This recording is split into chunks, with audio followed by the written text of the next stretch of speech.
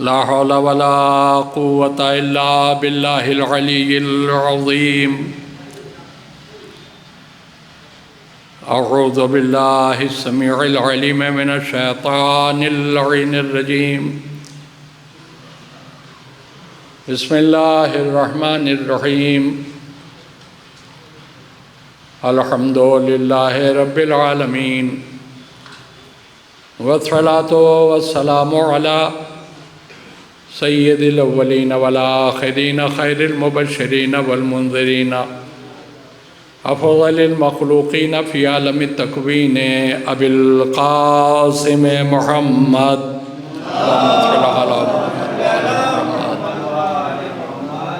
وآلہ الطیبین الطاہرین المعصومین المظلومین ولعنۃ اللہ علی اعدائہم اجمعین من یومنا هذا إلى يوم الدين اما بعد فقد قال الله تبارك وتعالى في كتابه المبين وهو أصدق الصادقين بسم الله الرحمن الرحيم الرحمن علم القرآن خلق الإنسان علمہ البیان صلوات بھیجے محمد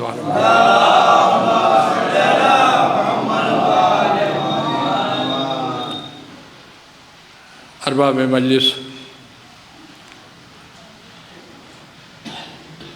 اس سے پہلے کہ میں اپنی گفتگو کا آغاز کروں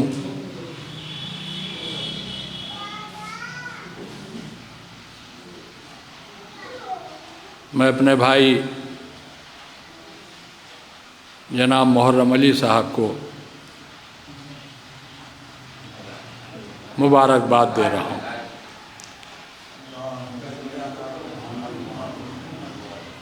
آپ حضرات سوچ رہے ہوں گے کہ ان کے بیٹے کی شادی ہے تو میں شادی کی مبارکباد دے رہا ہوں۔ نہیں،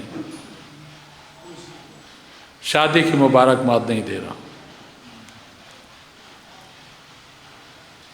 مبارکباد اس بات کی دے رہا ہوں کہ یہ تمنائے امام چہرم کو پورا کر رہے ہیں۔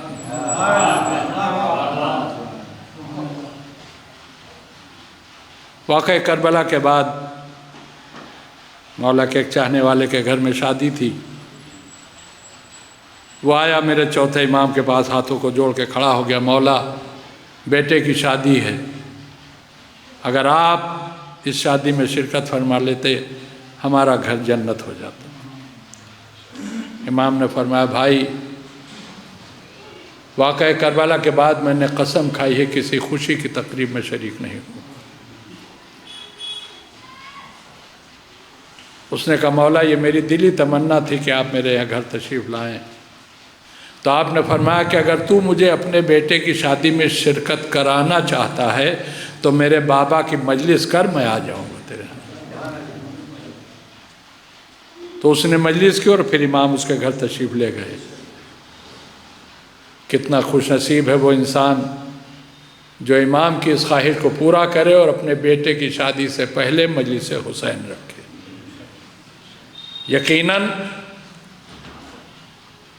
مولا ہمارے امام زمانہ، اس لیے کہ اس گھر میں پوری عطرت کا ایک ہی مزاج ہے، پورے خاندان کا ایک ہی مزاج ہے۔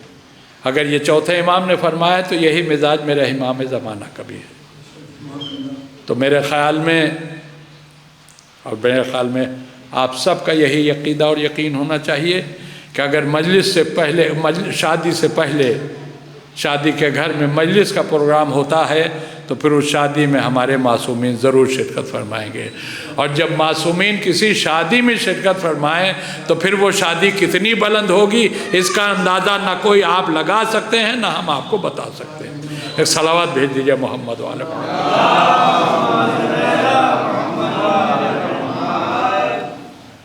دیکھیں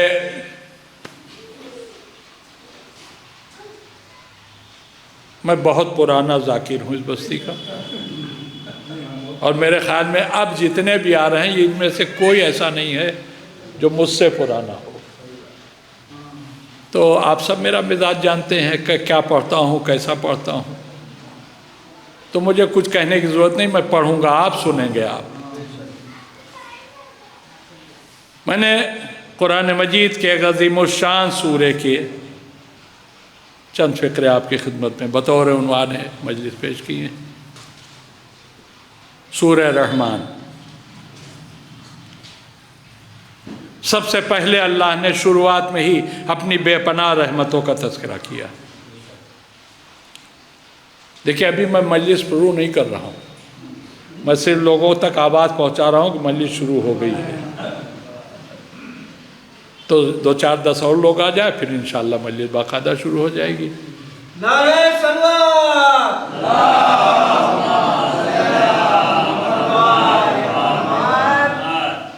یہ جلال پور ایسا ماشاءاللہ سے قصبہ ہے کہ جہاں صاحب فکر اور صاحب فن لوگوں کی کمی نہیں ہے، ماشاءاللہ، اللہ سلامت رکھے۔ کلام کی خوبی یہ ہے کہ لفظیں کم ہو، معنی زیادہ ہو۔ اگر لفظیں زیادہ ہوں اور معنی کم ہو تو یہ کلام کا عیب ہے۔ شعراء حضرات میری بات کی تصدیق کریں گے۔ اللہ نے اپنے جو نام بتائے ہیں اس میں رحمان بھی ہے، رحیم بھی ہے۔ رحمان کے معنی بھی رحم کرنے والا، رحیم کے معنی بھی رحم کرنے والا، دونوں الفاظ کے معنی ایک ہے۔ اب بسم اللہ جو ہے اس میں یہ دونوں لفظ استعمال ہوئے ہیں۔ میں نے ابھی کیا کہا؟ الفاظ کم ہو معنی زیادہ ہو یہ کلام کی خوبی ہے، اور الفاظ زیادہ ہو معنی کم ہو یہ کلام کا عیب ہے۔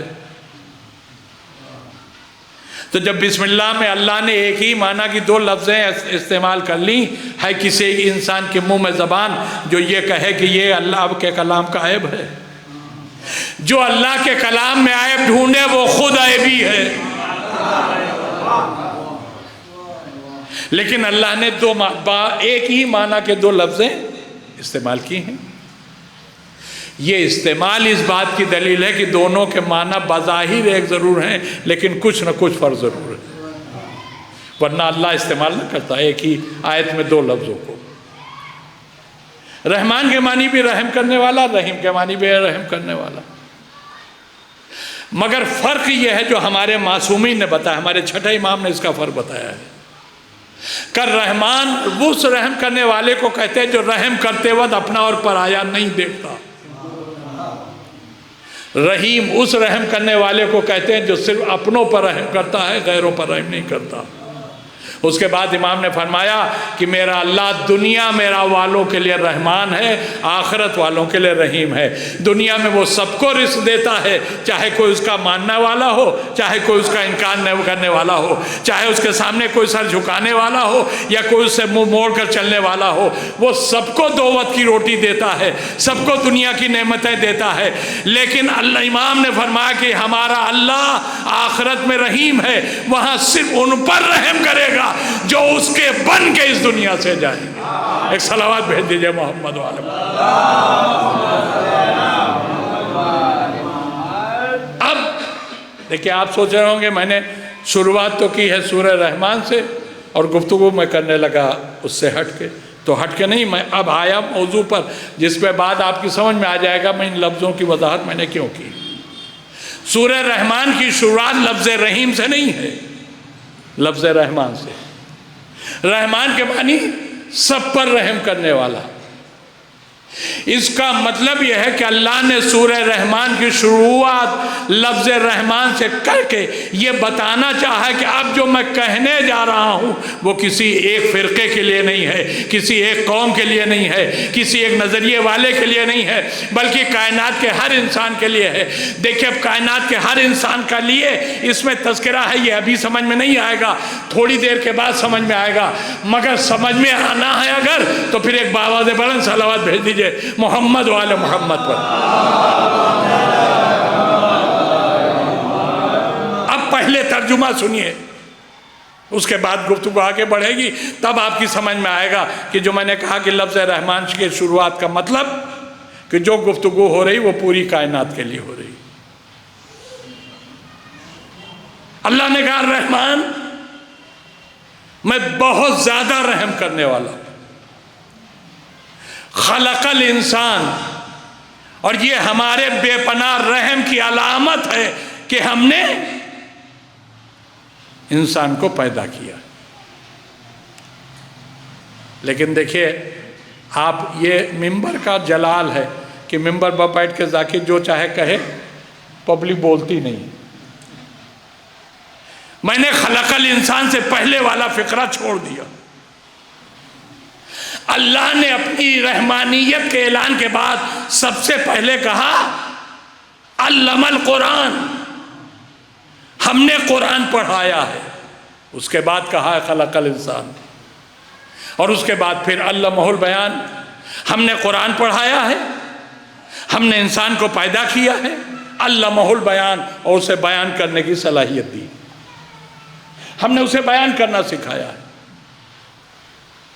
اے میرے مالک تیری رحمانیت کی دلیل یہ تینوں باتیں ہم مانتے ہیں، لیکن ہمارے کچھ سمجھ میں نہیں آ رہا. یہ تو نے اپنی رحمانیت کے صدقے میں کسے قرآن پڑھایا ہے؟ کون ہے آپ کا پڑھایا ہوا؟ دیکھیں پڑھانے والے کو کہتے ہیں استاد، پڑھنے والے کو کہتے ہیں شاگرد. اللہ کہہ رہا ہم نے پڑھایا ہے، اس کا مطلب اللہ یہ بتا رہا کہ میں استاد ہوں. تو استاد اس وقت تک نہیں ہو سکتا کوئی جب تک کہ اس کا کوئی شاگرد نہ ہو. تو اگر اللہ کہہ رہا کہ ہم نے قرآن پڑھایا، ہم استاد ہیں، تو اب کوئی تو ہونا چاہیے جو اللہ کا پڑھایا ہو. مگر سوال یہ ہے کہ یہ اللہ کا پڑھایا ہے کون؟ کون ایسا ہے جو اللہ کے جلووں کو برداشت کر کے اس سے پڑھ لے گا؟ نہیں متوجہ ہو رہے ہیں آپ؟ میں نے جو جملہ کہا بلا وجہ نہیں کہا ہے. الہی جلووں کو برداشت کرنے والا اس کے بندوں میں ہے کون؟ اب بھی نہیں ذہن پہنچا آپ کا؟ ارے موسیٰ جیسا نبی تو اللہ کے جلووں کو جھیل نہیں پایا. کوہ طور پر قوم کو لے کے گئے تھے کہ نہیں جناب موسیٰ؟ دیکھیں دماغ میں پہلے سے نہیں تھا لیکن بات آ گئی تو آپ کی خدمت میں عرض کر دیا رہا ہوں. جناب موسیٰ کی قوم میں کتنے لوگ تھے معلوم ہے کسی کو؟ گنتی کیا تھی جناب موسیٰ کے قوم والوں کی؟ نہیں معلوم؟ 70,000. جی 70,000 لوگ تھے جناب موسیٰ کی قوم میں. اور یہ قوم وہ تھی جو جناب موسیٰ سے یہ ضد کر رہی تھی کہ اپنا اللہ دکھاؤ تب ہم مانیں گے. جناب موسیٰ انہیں سمجھا رہے ہیں کہ اللہ دیکھا نہیں جا سکتا، مگر یہ قوم اتنی جاہل اور ضدی تھی کہ یہ اڑی رہی، بغیر دیکھے نہیں مانیں گے. تو 70,000 میں سے جناب موسیٰ نے 70 آدمیوں کو چنا کہ اچھا ٹھیک ہے چلو ہمارے ساتھ. یہ 70 آدمی جو جناب موسیٰ نے چنے تھے انہیں لے کے کوہ طور پر چلے گئے. اب آپ سب اتنا جانتے ہیں کہ مجھے بتانے کی ضرورت نہیں، یہ کوہ طور پر گئے، الہی جلوہ برداشت نہیں کر پائے، سب کے سب جل کے خاک ہو گئے کہ نہیں؟ اب اگر آپ جاگیں گے نہیں تو میں اگلا جملہ کیسے کہوں گا؟ یہ نبی کے چنے ہوئے لوگ تھے، 70 کے 70 جل کے خاک ہو گئے کہ نہیں؟ اب میرا سوال ہے بتائیے یہ جو جل کے خاک ہوئے یہ جہنم میں جائیں گے یا جنت میں؟ کیا کہہ رہے ہیں آپ؟ یہ جنت میں جائیں گے یا جہنم میں جائیں گے؟ سیدھی سی بات ہے، اللہ کو دیکھنے کی ضد کر رہے ہیں، موسیٰ جیسے نبی کی بات نہیں مان رہے ہیں. اب اس کے بعد یہ ضد کر کے گئے تو جلے تو مرے تو جہنم میں بھی تو جائیں گے. اب بھی نہیں پہنچے آپ کی، میں جہاں آپ کو پہنچانا چاہتا ہوں یہ 70 کے 70 نبی کے چنے ہوئے تھے، جائیں گے جہنم میں. ذرا ہوش میں آئیے. ارے جب نبی کا چنا ہوا جہنم سے نہ بچ پایا تو جنہیں امت نے چنا ہے ان کا کیا ہوگا؟ ایک صلوات بھیج دیجئے محمد و آل محمد.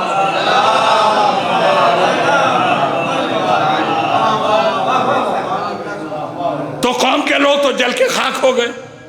موسیٰ نبی تھے تو مرے نہیں مگر بے ہوش بھی ہو گئے. اس کا مطلب یہ ہے کہ الہی جلووں کو برداشت کر پانا نبی کے بھی بس میں نہیں ہے، عام انسان تو جانے دیجئے. لیکن اللہ کہہ رہا علم القرآن، ہم نے قرآن پڑھایا ہے. تو جب اللہ کہہ رہا تو کسی نہ کسی کو تو ضرور پڑھایا ہے اس نے۔ اب یہ اللہ کا پڑھایا کون ہے یہ پتہ تو ہم بعد میں لگائیں گے، مگر اگر اللہ نے کسی کو پڑھا دیا ہے تو یہ تو ماننا پڑے گا کہ وہ اللہ کا پڑھایا فخر موسیٰ ضرور ہے، تبھی تو الہی جلووں کو برداشت کر لے گیا۔ مگر اب پھر وہی سوال ہے کہ یہ آخر ہے کون جسے اللہ نے پڑھا دیا؟ آپ اپنے قصبے جلال پور میں ایک ایک مسلمان کو پکڑ پکڑ کے پوچھئے تم میں سے کوئی ایسا ہے جسے اللہ نے قرآن پڑھایا ہو؟ میری سمجھ میں صرف 3 جواب آتے ہیں جو پبلک کی طرف سے ملیں گے، 3 ہی جواب، چوتھا کوئی نہیں۔ جس کسی سے پوچھئے گا تمہیں اللہ نے قرآن پڑھایا، کہے گا نہیں، ہمیں فلاں حافظ جی نے پڑھایا، ہمیں فلاں قاری صاحب نے پڑھایا، ہمیں فلاں مولوی صاحب نے پڑھایا، بس یہی 3 جواب ہیں۔ چاہے جس سے پوچھئے، آپ پورے جلال پور والوں سے پوچھ لیا سب کا یہی جواب ہوگا، پورے امبیڈکر نگر میں پوچھ لیا یہی جواب ہوگا، پورے اتر پردیش کے مسلمانوں سے پوچھ لیے یہی جواب آئے گا، پورے ہندوستان کے مسلمانوں سے پوچھ لیا یہی جواب آئے گا، پورے ایشیا کے مسلمانوں سے پوچھے یہی جواب آئے گا۔ ہر ایک یہی کہہ رہا کہ ہم اللہ کے پڑھائے نہیں، ہمیں فلاں مولوی نے پڑھایا، فلاں قاری نے پڑھایا، فلاں حافظ نے پڑھایا۔ تو پھر یہ آخر اللہ کا پڑھایا کون ہے؟ ہو سکتا ہے سعودیہ میں کوئی ہو، اس لیے کہ وہاں سے زیادہ پکے مسلمان کہیں نہیں۔ تو سعودیہ والوں سے پوچھ لیا کیا تم میں سے کوئی ہے جسے اللہ نے قرآن پڑھایا ہو؟ تو ان کا بھی جواب وہی 3، ہمیں فلاں مولوی نے پڑھایا، فلاں حافظ نے پڑھایا، فلاں قاری نے پڑھایا۔ پوری دنیا کے مسلمانوں سے سوال کیا جواب یہی آئے گا۔ بتائے غلط کہہ رہا ہوں، یہی جواب آئے گا کہ نہیں؟ تو جب سارے لوگ یہ کہہ رہے ہیں کہ ہمیں فلاں مولوی نے پڑھایا، فلاں قاری نے پڑھایا، فلاں حافظ نے پڑھایا، تو یہ اللہ کا پڑھایا کون ہے؟ میں نے ایک مشورہ دیا کہ ایسا ہے کہ عام انسانوں میں تو آپ نے سب سے پوچھ لیا، دیکھیں توجہ رکھیے گا، اگر نتیجے پر لطف نہ آئے تو میرا ذمہ ہے۔ ہم نے کہا عام انسانوں میں آپ نے سب سے پوچھ لیا، کوئی نہیں کہتا کہ ہم اللہ کے پڑھائے ہیں، تو جو ان عام انسانوں سے بلند تھوڑا سا لوگ ہیں ان سے پوچھے، شاید ان میں کوئی اللہ کا پڑھایا ہو۔ اب مجھ سے سوال ہونے لگا بھائی یہ عام انسانوں سے بلند کون لوگ ہیں، وہ بھی بتا دیے، تو ہم ان سے جا کے پوچھ لیں۔ ہم نے کہا عام انسانوں سے بلند وہ لوگ ہیں جنہیں مسلمان اپنا امام مانتا ہے، وہ عام انسانوں سے بلند ہے کہ نہیں؟ تو مگر یہ جو امام ہیں یہ ہمارے 12 امام کی ہم بات نہیں کر رہے ہیں، ہم تو ان 4 اماموں کی بات کر رہے ہیں جو مسلمانوں کے امام ہیں۔ امام ابو حنیفہ سے پوچھئے کیا تمہیں اللہ نے قرآن پڑھایا ہے؟ ان کا بھی جواب وہی، ہمیں فلاں حافظ نے پڑھایا تھا، ہمیں فلاں قاری نے پڑھایا تھا، ہمیں فلاں مولوی۔ امام شافعی سے پوچھے کیا یہ اللہ کے پڑھائے ہیں؟ ان کا بھی وہی جواب۔ امام احمد بن حنبل کیا آپ اللہ کے پڑھائے ہوئے ہیں؟ انہوں نے کہا نہیں، ہم بھی اللہ کے پڑھائے نہیں۔ امام مالک شاید آپ اللہ کے پڑھائے؟ کہا نہ، ہم نے بھی اسی دنیا میں کسی مولوی سے پڑھا ہے۔ لیجئے یہ 4 امام مسلمانوں کے یہ بھی اللہ کے پڑھائے نہیں۔ اب اللہ کا پڑھائے کہاں ڈھونڈیں گے؟ ہم نے کہا ابھی راستہ بند نہیں ہوا ہے، اب ان اماموں سے بلند جو لوگ ہیں ذرا ان میں دیکھ لیجئے۔ کہا بھائی یہ اماموں سے بلند کون لوگ ہیں؟ ہم نے کہا 1,24,000 نبی یہ ان اماموں سے بلند ہیں۔ اب ان نبیوں سے پوچھ لیا شاید ان میں کوئی ہو، تو نبیوں کی تعداد ہے 1,24,000۔ اگر ایک ایک سے ہم پوچھنے چلیں گے تو اگلے سال کی 18 رجب آ جائے گی اور بات پوری نہیں ہوگی، اور مجھے مجلس پڑھنا ہے بس 5 بجے تک۔ اب تو آپ سمجھ گئے ہوں گے کہ ہم زیادہ دیر آپ کو نہیں ستائیں گے۔ اگر یقین ہو گیا کہ زیادہ دیر نہیں ستائیں گے تو بآواز بلند صلوات بھیجیے محمد وعلی محمد۔ اچھا اگر یہ بلند صلوات ہے تو بالکل ایک دھیرے سے صلوات بھیج دیجیے۔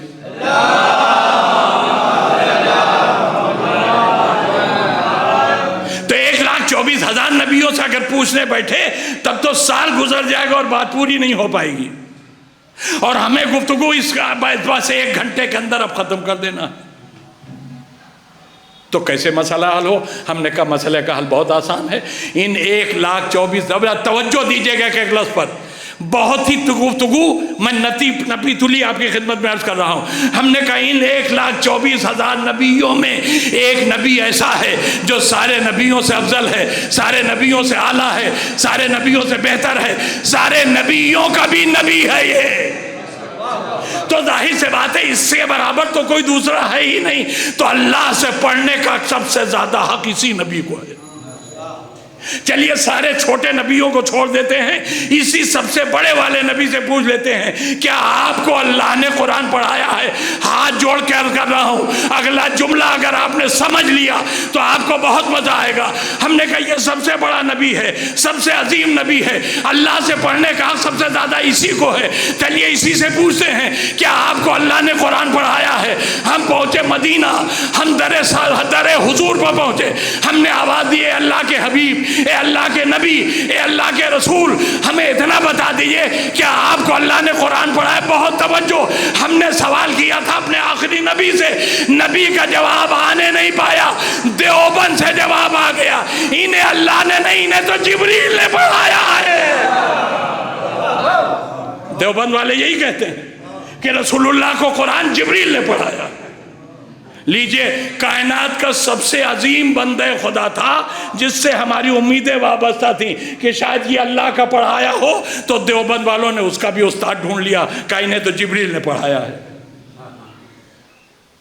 تو اب رسول اللہ بھی اللہ کے پڑھائے نہیں ہیں، اب کہاں ڈھونڈیے گا؟ سب سے بڑا بندہ تو ڈھونڈ کے ہم ہار گئے، اب کون ہو سکتا ہے اللہ کا پڑھایا؟ ہم نے کہا بھی ایک گنجائش ہے، رسول اللہ کو جبریل نے پڑھایا تو ہو سکتا ہے جبریل کو اللہ نے پڑھا دیا ہو۔ دیکھیں بات لگتی ہوئی ہے کہ نہیں، مگر ٹوٹل غلط ہے۔ اب آپ کہیں گے کیسے؟ جو سمجھدار ہے، جو پڑھا لکھا ہے وہی سمجھے گا۔ اب مجھے دیکھنا اس مجمع میں کتنے پڑھے لکھے ہیں۔ جبریل علم القرآن کا مصداق نہیں ہو سکتا۔ کیوں؟ اس لیے کہ علم القرآن ہے سورہ رحمان کا فقرہ، اور سورہ رحمان میں اللہ نے یا تو خطاب کیا ہے انسانوں سے یا خطاب کیا ہے جناتوں سے۔ اللہ نے اس سورہ میں ملائکہ کی کوئی گفتگو ہی نہیں کی ہے، تو جب ملک کی گفتگو پورے سورہ رحمان میں ہے ہی نہیں تو علم القرآن کا مصداق جبریل کیسے ہو سکتا ہے؟ اس لیے کہ جبریل نہ انسان ہے نہ جن ہے، یہ تو ملک ہے۔ محسوس کیا اب میں کیا کروں؟ تو جبریل بھی اللہ کا پڑھایا نہیں ہو سکتا، علم القرآن کا مصداق نہیں ہو سکتا، اس لیے کہ وہ جن ملک ہے۔ اب اللہ کا پڑھایا کہاں ملے گا؟ ہے کہیں کوئی جگہ؟ اب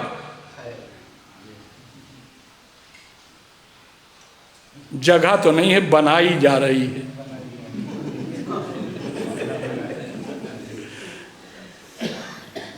دیکھیے ہمارے علماء کرام، خدا ان پر اپنے درود و سلام بھیجے، یہ ہمارے علماء کرام، ان کی خاک ہمارے آنکھوں کا سرما۔ آپ یقین جانیے علماء کا مقام بہت بلند ہے، لیکن کچھ ایسے بھی ہوتے ہیں اس قوم میں جو عالم ہوتے نہیں، کہے جاتے ہیں۔ دیکھیں آپ لوگ یہ نہ سوچیں کہ میں کہیں کسی کی طرف اشارہ کر رہا ہوں، ممبر سے کہہ رہا ہوں، کسی طرف اشارہ نہیں ہے، مگر یہ سچائی ہے کہ جو واقعاً علماء ہیں ان کی عزت سے انکار نہیں ہو سکتا، لیکن کچھ ایسے بھی ہیں جو عالم ہیں نہیں، کہے جاتے ہیں، اور یہ جو کہے جانے والے ہوتے ہیں یہ بڑے خطرناک ہوتے ہیں۔ یہ جو ہوتے نہیں اور کہے جاتے ہیں، جاگو میرے دوستوں، میں تمہیں بہت بڑا جملہ دینے جا رہا ہوں، یہ جو ہوتے نہیں اور کہے جاتے ہیں یہ بڑے خطرناک ہوتے ہیں، چاہے عالم ہو یا کسی اور میدان میں۔ جو ہوتا نہیں اور کہا جاتا ہے بڑا خطرناک ہوتا ہے۔ نہیں سمجھ میں آیا آپ بھی تو میں سمجھا دیتا ہوں، کسی جھوٹے کو صدیق کہنا شروع کر دیجئے، دیکھیے اپنی اوقات بھول جائے گا۔ صلوات بھیجئے محمد و آل محمد۔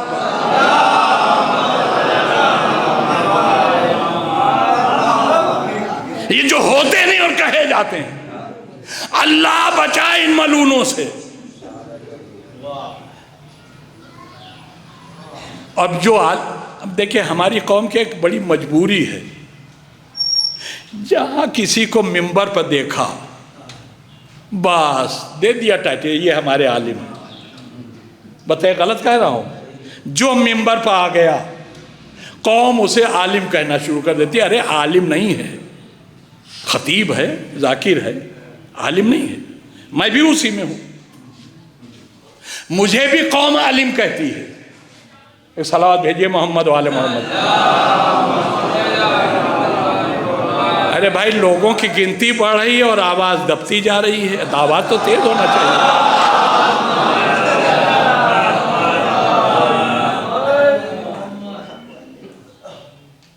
چلیے رہنے دیجیے جگہ۔ ہاں بھائی ہم عادی ہو گئے نا اتنی سامنے کی خالی جگہ دیکھ کے ہی مجلس پڑھنے کی۔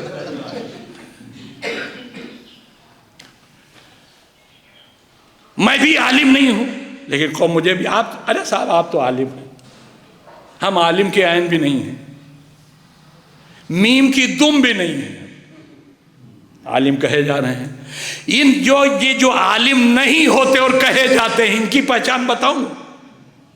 ان کی پہچان یہ ہوتی ہے کہ کوئی موقع اگر انہیں ہاتھ لگ جائے تو یہ فائدہ اٹھانے سے چوکتے نہیں، قوم جہنم میں جائے ان کا فائدہ ہونا چاہیے۔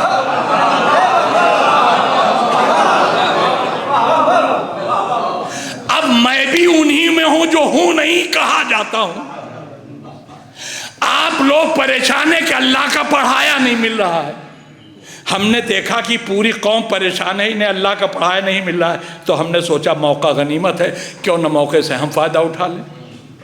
دیکھیں ابھی بتایا نا کہ یہ جو عالم ہوتے نہیں ہیں اور کہے جاتے ہیں موقع سے فائدہ اٹھانے چوکتے نہیں۔ ہم نے دیکھا کہ جلال پور والوں کو اللہ کا پڑھایا نہیں ملا، ہم نے سوچا موقع سے فائدہ ہم اٹھا لیتے ہیں، ہم آ گئے آپ کے ہاں، ہم نے کہا بھائیو سنیے آپ کو اللہ کا پڑھایا نہیں مل رہا، آئیے ہم بتاتے ہیں اللہ کا پڑھایا کون ہے۔ اب سب کے کان کھڑے ہو گئے، ہم تو پوری دنیا میں پوچھ کے ڈھونڈ کے ہار کے تھک کے چلے آئے، ہمیں اللہ کا پڑھایا ملا نہیں، یہ کہاں سے ڈھونڈ کے لائے؟ اب سب کے جب کان کھڑے ہو گئے ہم نے کہا سنو اللہ کا پڑھایا بتاؤں کون ہے؟ کہا جلدی بتائیے۔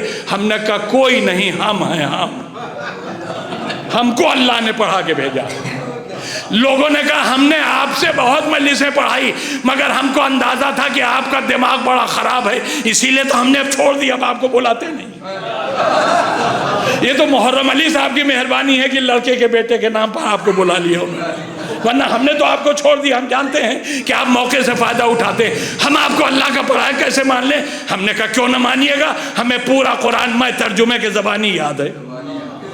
کہنے لے آپ کی داڑھی پوری سفید ہو چکی، ہمارے اندازے کے مطابق آپ 70 سے اوپر ہیں، اگر آپ کو پورا قرآن زبانی یاد ہے تو یہ اس بات کی دلیل نہیں ہو سکتی کہ آپ اللہ کے پڑھائے ہیں۔ ارے کسی مولوی سے، کسی حافظ سے، کسی قاری سے پڑھ کے آپ نے یاد کر لیا ہوگا اور آئے ہمیں بیوقوف بنانے کہ اللہ کے پڑھائے۔ ہم نے کہا اچھا ہماری عمر 70 سے اوپر ہو گئی تو آپ ہمیں زبانی قرآن سننے کے بعد بھی اللہ کا پڑھایا نہیں مانیے گا؟ کہ نہیں مانیں گے۔ ہم نے کہا اچھا اگر عمر کے اعتبار سے آپ نہیں مانتے ہیں تو میں ایک بات کہتا ہوں، میری عمر اگر 70 سال ہے تو اگر میں آج سے 60 سال پہلے آیا ہوتا اور آپ کو قرآن زبانی سناتا میں ترجمے کے، تو بتائیے آپ مانتے ہمیں اللہ کا پڑھایا کہ نہیں؟ کا تب بھی نہ مانتے، اس لیے کہ ہمیں معلوم ہے اکثر ذہین بچے 10-11 سال میں بھی قرآن حافظہ کر لیتے ہیں۔ تو اگر آپ 60 سال پہلے آتے تو اس وقت بھی آپ کی عمر 10 سال سے کم نہیں ہوتی، تو ہم تب بھی آپ کا زبانی قرآن سن کے آپ کو اللہ کا پڑھایا نہ مانتے۔ بھائیو ہاتھ جوڑ رہا ہوں، توجہ رکھنا، بات جو ہے وہ حل کے قریب آ گئی۔ ہم نے کہا ٹھیک ہے 60 سال پہلے بھی ہم آ کے اگر پورا قرآن زبانی میں ترجمے کو سناتے تو آپ نہ مانتے، کیوں؟ اس لیے کہ 10 سال میں بھی کسی سے پڑھ لینے کی گنجائش ہے، کسی کے ذریعے قرآن حفظ کر لینے کی گنجائش ہے۔ ہم نے ہاتھ جوڑ کے کہا، ہم نے کہا اچھا بھائی ایک بات بتائیے، ہم کس عمر میں آپ کو قرآن سنائیں کہ آپ ہمیں اللہ کا پڑھایا مان لیں؟ کہ مولانا اگر آپ کو یہی شوق ہے کہ آپ کو ہم اللہ کا پڑھایا مانیں تو پھر ایسی عمر میں قرآن سنائیے جس عمر میں کسی استاد سے پڑھنے کی گنجائش نہ ہو۔ ہم نے کہا بھائی اگر اللہ کے پڑھائے کی یہی پہچان ہے تو اب اپنی پہچان پر باقی رہنا۔ اب پوری نسل آدم میں صرف ایک ہی موقع اور ایک ہی دن ہمیں ملا، ایک ہی بندہ ہمیں ملا جو 16 رجب کو کعبے سے اپنی ماں کی آغوش میں باہر آیا. باہر آنے کے بعد یہ بچہ آیا نبی کی آغوش میں, نبی کی صورت دیکھی, توریت پڑھی, زبور پڑھی, انجیل پڑھی, قرآن پڑھا. قدرت نے مسکرا کے کہا یہ ہے جسے ہم نے پڑھایا ہے. صلوات بر محمد و آل محمد.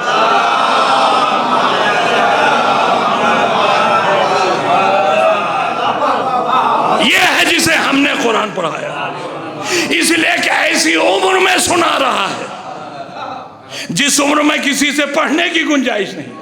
اور دوسرا جملہ کہوں, اگر آپ محظوظ ہو سکے تو محظوظ ہو لیجئے, ایسی عمر میں سنا رہا ہے جس عمر میں کسی استاد سے پڑھنے کی گنجائش نہیں, اور ایسی جگہ سے آ کے سنا رہا ہے جہاں جانا تو بہتوں نے چاہا مگر کوئی پہنچ ہی نہ پایا. آپ سب کو معلوم ہے مولا علی کی والدہ محترمہ جناب فاطمہ بنت اسد جب کعبے کے اندر چلی گئیں نئے بنے ہوئے در سے, تو باہر بہت سے لوگ موجود تھے,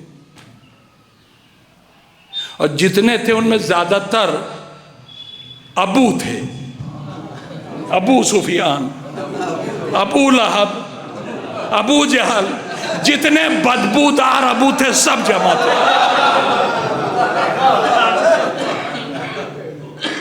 ان لوگوں نے دیکھا کہ ارے دیوار ٹوٹی, ابو طالب کی زوجہ اندر چلی گئی, دیوار پھر جڑ گئی, یہ کیا ماجرا ہے؟ کہا جلدی سے چابی لے کے رہو, ہم دروازہ کھول کے اندر جا کے دیکھیں گے. جس چابی سے روز کعبے کا تالا کھلتا تھا وہی چابی پوری طاقت صرف کر دی کھولنے میں, پسینے پسینے ہو گئے, تالا نہیں کھلنا تھا, نہیں کھلا. ایک جملہ کہوں, میں کہتا ہوں اے ابو تالا کھولنے کی کوشش نہ کرو, جب اللہ تعالیٰ نہیں چاہتا یہ تالا نہیں کھلے گا. سلام بھیج دے محمد و آل محمد.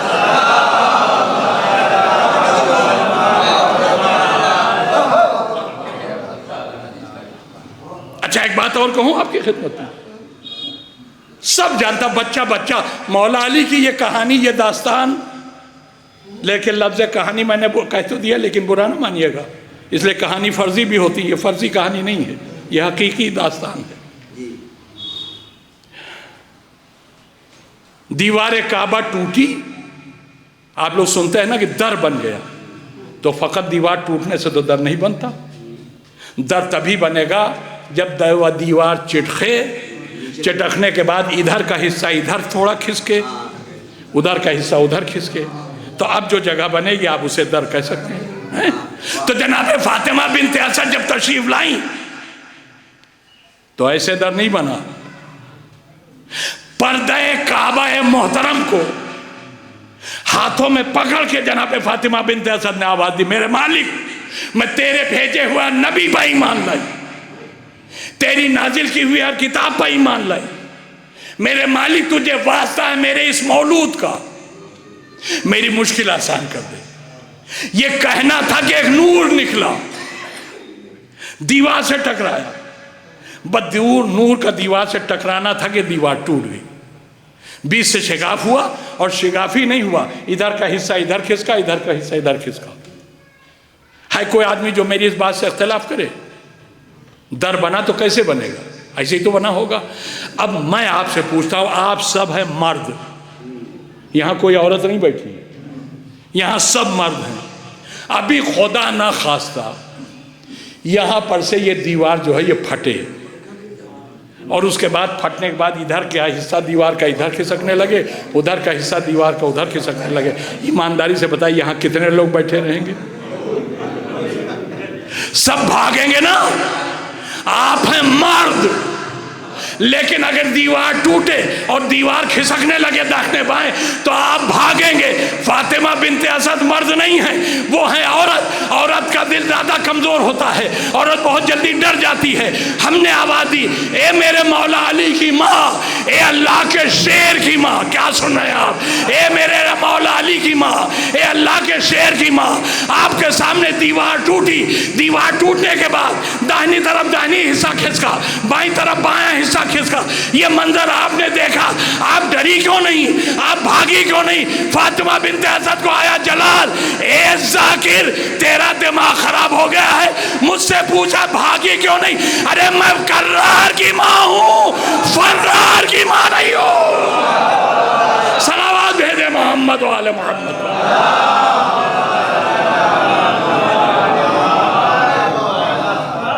میرے ڈرنے کا کیا سوال؟ میں ڈرنے والے کی ماں ہوں ہی نہیں۔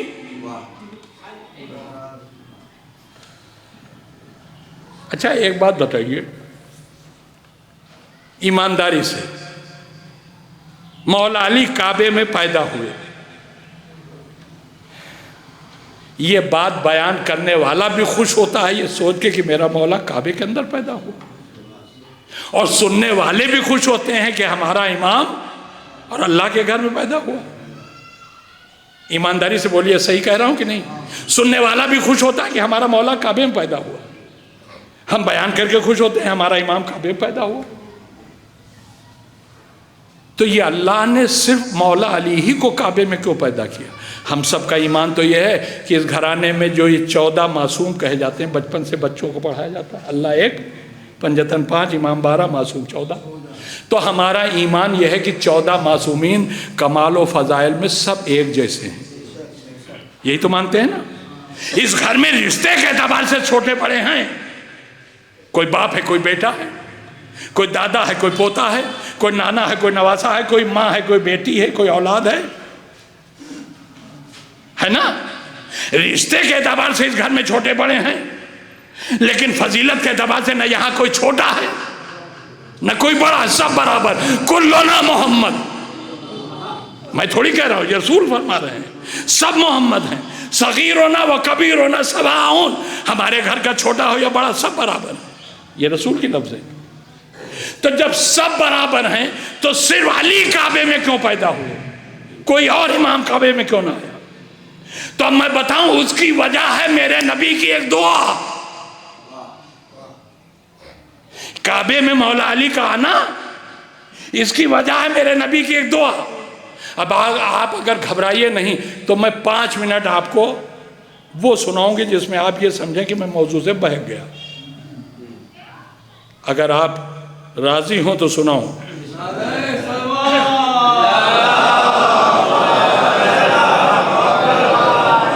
اللہ نے آواز دی، میں ایک چھپا ہوا خزانہ تھا، بہت توجہ دیجیے گا۔ اللہ نے کہا میں ایک چھپا ہوا خزانہ تھا، جب میں نے یہ چاہا کہ میں پہچانا جاؤں تو میں نے اپنے ہی نور سے ایک بندے کو خلق کیا، میرا نام محمود تھا، میں نے اس بندے کا نام محمد رکھا۔ اللہ نے اپنے کو پہچانوانے کے لیے اس بندے کو خلق کیا جس کا نام محمد تھا۔ تو جب اللہ کو پہچانوانے کے لیے میرا نبی آیا ہے تو عقل خود کہتی ہے پہچاننے والے بعد میں آئیں گے، پہچانوانے والا پہلے آئے گا۔ اس لیے کہ اگر بعد میں آئے گا یہ تو جو پہلے آ گئے ان کو کون پہچانوا جائے؟ پہچانوانے یہ آیا ہے تو ساری کائنات بعد میں۔ اور اب خود میرے نبی نے بھی اپنے لیے ارشاد فرمایا اول ما خلق اللہ نوری، اللہ نے سب سے پہلے میرے نور کو خلق کیا۔ مجھے پتا نہیں آپ کو لطف آئے گا کہ نہیں، مجھے نہیں معلوم آپ کو مزہ آئے گا کہ نہیں، مجھے نہیں پتا آپ کو کیسا لگے گا، مگر میں جو لفظیں پیش کر رہا ہوں میں جو امید یہی کرتا ہوں ہر سمجھدار کو اچھی لگیں گی۔ میرے نبی نے کہا اول ما خلق اللہ نوری، اللہ نے سب سے پہلے میرے نور کو خلق کیا۔ دیکھیں کہنے کے لیے ایک چھوٹا سا لفظ ہے سب سے پہلے، لیکن اس کا مطلب کیا ہے؟ سب سے پہلے کا مطلب سمجھاؤں میں آپ کو۔ سب سے پہلے اللہ نے کہ نبی نے کہا اللہ نے میرے نور کو خلق کیا، سب سے پہلے کا مطلب یہ ہے کہ جب تک اللہ نے اپنے اس نبی کے نور کو خلق نہیں کیا تھا، زمین کا خاکی فرش نہیں تھا،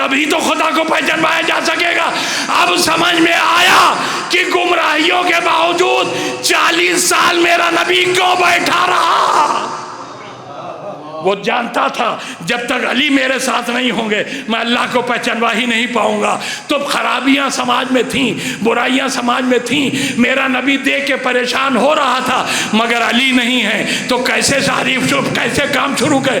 بھائی اسی میں علی کو پانے کے لیے عالم طلب اور عالم بے قراری میں میرے نبی نے اللہ سے ایک دعا مانگی۔ سنیے گا میرے نبی کی دعا، بسم اللہ الرحمن الرحیم۔ یہ دعائے رسول اتنے دل سے نکلی تھی میرے نبی کی کہ اللہ نے اس دعائے رسول کو قرآن کا جز بنا دیا۔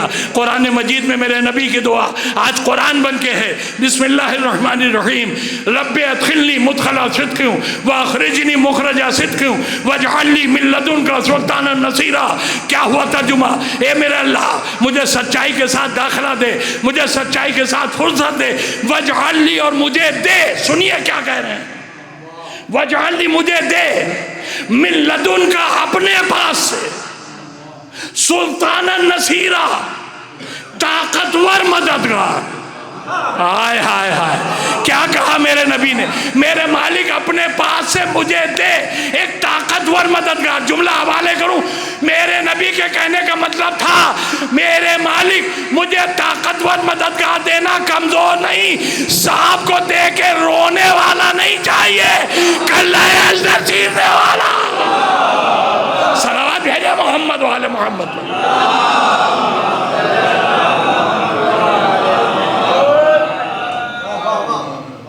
مانگ لی دعا میرے نبی نے، واجعل لی مجھے دے من لدن کا اپنے پاس سے، سلطان نصیرہ ایک طاقتور مددگار۔ دیکھیں ہم بھی آپ بھی سب رات دن اللہ سے نہ جانے کتنی دعائیں مانگتے ہیں، بہت کم قبول ہوتی ہیں، زیادہ تر قبول ہی نہیں ہوتی۔ ہوتا ہے نا، گھبرائیے گا نہیں، یہ اللہ کی مصلحت ہے کہ آپ کی بہت سی دعاؤں کو وہی قبول کرتا ہے، لیکن اللہ عادل ہے، دعا مانگنے والے کو خالی ہاتھ نہیں لوٹاتا۔ آپ علماء سے پوچھ لیجئے، قیامت میں جب آپ پہنچیں گے اللہ کے سامنے تو جو دعائیں نہیں قبول کی اللہ نے اس کے بدلے میں اتنا دے گا اللہ کہ یہ روایت کے جملے ہیں کہ لوگ سوچیں گے یا اللہ میری جو دعائیں قبول ہو گئیں وہ بھی نہ قبول ہوتی تو اچھا تھا، اتنا وہاں ملے گا۔ تو گھبرائیے گا نہیں کبھی کہ دعا قبول نہیں ہوئی، مانگتے رہیے، یہاں نہیں مل رہا تو وہاں ملے گا۔ تو ہماری بہت سی دعائیں رد ہو جاتی ہیں، مگر کیا نبی کی دعا بھی رد ہوگی؟ بولیے، نبی کی دعا رد ہوگی؟ میں نے کہا میرے مالک تیرے حبیب نے دعا مانگی ہے، قبول کرے گا کہ نہیں کرے گا؟ کہا اگر حبیب کی دعا نہ قبول کروں گا تو دنیا میں کسی کی دعا قبول ہی نہیں ہوگی۔ میں نے کہا میرے مالک قبول کرے گا؟ کہاں قبول کروں گا۔ تو ہم نے کہا میرے نبی کو مددگار دے گا؟ پتہ نہیں سن رہے ہیں آپ کہ نہیں، میرے نبی کو مددگار دے گا کہ نہیں؟ اللہ نے کہا بے شک دوں گا۔ ہم نے کہا مالک کیسے دے گا؟ کہا ویسے ہی دوں گا جیسے میرے نبی نے مانگا ہے۔ نہیں چوکے آپ؟ ہم نے کہا کیسے دے گا؟ کہا ویسے ہی دوں گا جیسے میرے نبی نے مانگا ہے۔ ہم نے کہا مالک وہ تو کہہ رہا اپنے پاس سے دے، تو اللہ نے کہا میں اپنے پاس سے ہی دوں گا۔ ہم نے کہا مالک مگر ایک گڑبڑ ہے، تو سب کو اپنے ہی پاس سے دیتا ہے، اگر نبی کو مددگار اپنے پاس سے دے دیا تو دنیا کو کیسے پتا چلے گا کہ تو نے اپنے پاس سے دیا؟ کہا اتنے حسین انداز سے دوں گا جیسے میں نے کبھی کسی کو دیا ہی ہوگا، نہ کبھی کسی کو دوں گا نہ کسی کو دیا ہوگا۔ ہم نے کہا مالک وہ مددگار کیسے حسین انداز سے دے گا، ذرا ہم بھی تو جانے۔ کہا سنو، اگر جاننا چاہتے ہو کیسا حسین انداز ہوگا تو سنو، دنیا کا ہر بچہ اپنے گھر میں ہوگا، میرے نبی کا مددگار میرے گھر میں۔ صلوات بھیجے محمد والے۔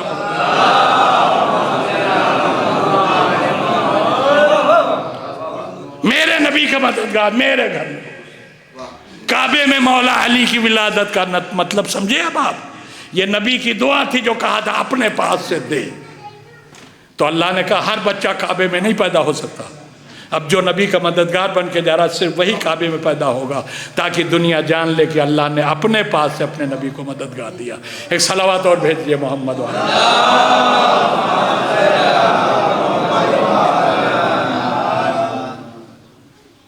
اچھا صاحب، اب تاریخ ہمیں یہی بتاتی ہے کہ ماں جب بچے کو لے کے باہر نکلی تو پیغمبر اسلام سے ماں نے ایک شکایت کی، میرا لال یہ جب سے پیدا ہوا نہ اس نے آنکھیں کھولی نہ اس نے کوئی غذا لی ہے اب تک۔ رسول مسکرائے، کہا چچی جان گھبرانے کی کوئی ضرورت نہیں۔ یہ کہہ کے میرے نبی نے خود کہا لائیے میرے بھائی کو میرے ہاتھوں میں دے دیجیے۔ اب میری طرف دیکھ کے سنیے تب زیادہ لطف آئے گا۔ نبی نے مانگا، ماں نے بچے کو نبی کے ہاتھوں میں دے دیا۔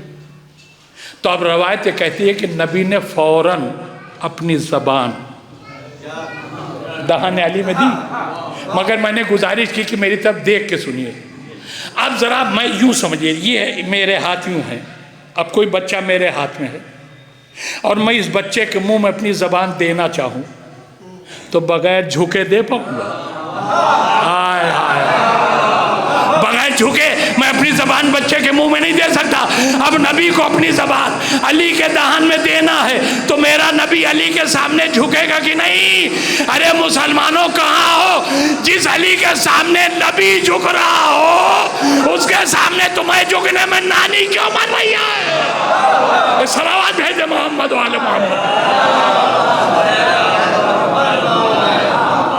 نبی نے اپنی زبان دی اور باقاعدہ دے کے چسایا، جو علی کو چاہیے تھا وہ نبی کی زبان سے علی کو مل گیا۔ ایک مرتبہ زبان چسانے کے بعد میرے نبی نے مسکرا کے کھڑے لوگوں کی طرف دیکھنا، اب علی کے لیے کبھی مجھ سے جھگڑا نہ کرنا، میں نے زبان علی کو دے دی۔ صلوات بر محمد وعلی محمد۔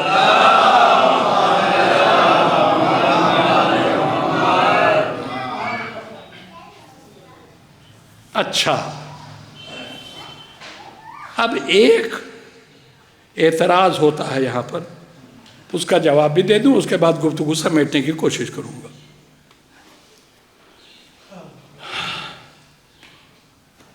کہ آپ لوگ مولا کائنات کو رسول اللہ سے بڑھا دیتے ہیں۔ کبھی آج تک آپ کے کسی مولوی نے یہ پڑھا ہی نہیں کہ رسول اللہ نے بھی پیدا ہونے کے بعد قرآن پڑھا۔ مولا علی کے لیے آپ سناتے پھرتے ہیں جگہ جگہ کہ مولا علی نے پیدا ہوتے ہی قرآن پڑھا، تو رسول اللہ نے نہیں پڑھا آپ کہتے ہیں، علی نے پڑھا تو آپ نے علی کو بڑھا دیا رسول سے۔ کہا جاتا ہے نہیں؟ میں بتاتا ہوں کہ کیوں رسول اللہ نے نہیں پڑھا اور مولا علی نے کیوں پڑھا۔ ایک سوال آپ سے کر رہا ہوں، آپ میں سے کوئی یہاں پر ایسا ہے کہ جو فرانس کی زبان جانتا ہو؟ کوئی ہے جو فرانسیسی جانتا ہو؟ نہیں جانتا۔ اگر مجھے قابلیت کا بھوت سوار ہو جائے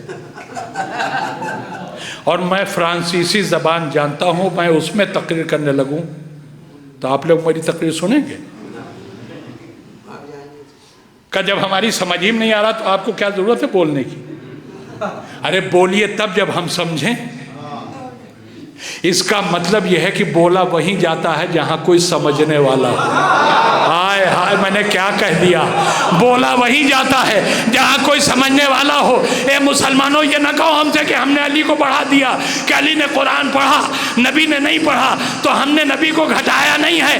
ارے بھائی علی نے کیوں پڑھا نبی نے کیوں نہیں پڑھا؟ سمجھنے کی کوشش کرو۔ علی جب پیدا ہوئے تو نبی جیسا سمجھنے والا موجود تھا، نبی جب پیدا ہوئے تو کوئی سمجھنے والا ہی نہیں تھا، کس کو سناتے؟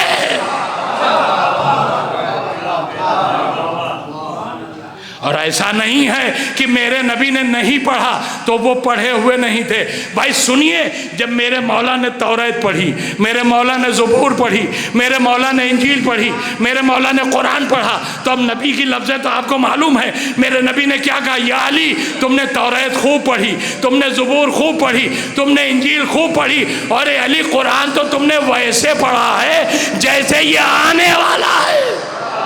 نہیں ابھی آپ کا ذہن نہیں پہنچا میں کہاں لے جانا چاہ رہا ہوں۔ میرے نبی نے کہا یا علی آپ نے قرآن ویسے پڑھا ہے جیسے آنے والا ہے۔ اس کا مطلب یہ کہ قرآن ابھی آیا نہیں ہے، مگر میرے نبی کو معلوم ہے کہ قرآن کیا ہے، کیسے آئے گا۔ اب دیوبند والوں کی روایت گئی کہ نہیں ڈسٹ بن میں، وہ کہہ رہے جبریل نے پڑھایا ہے، تو ابھی تو جبریل نے پڑھایا نہیں تھا، تو نبی نے کیسے کہہ دیا کہ قرآن ویسے پڑھا ہے؟ جیسے آنے والا ہے۔ صلوات بھیجیے محمد والے محمد۔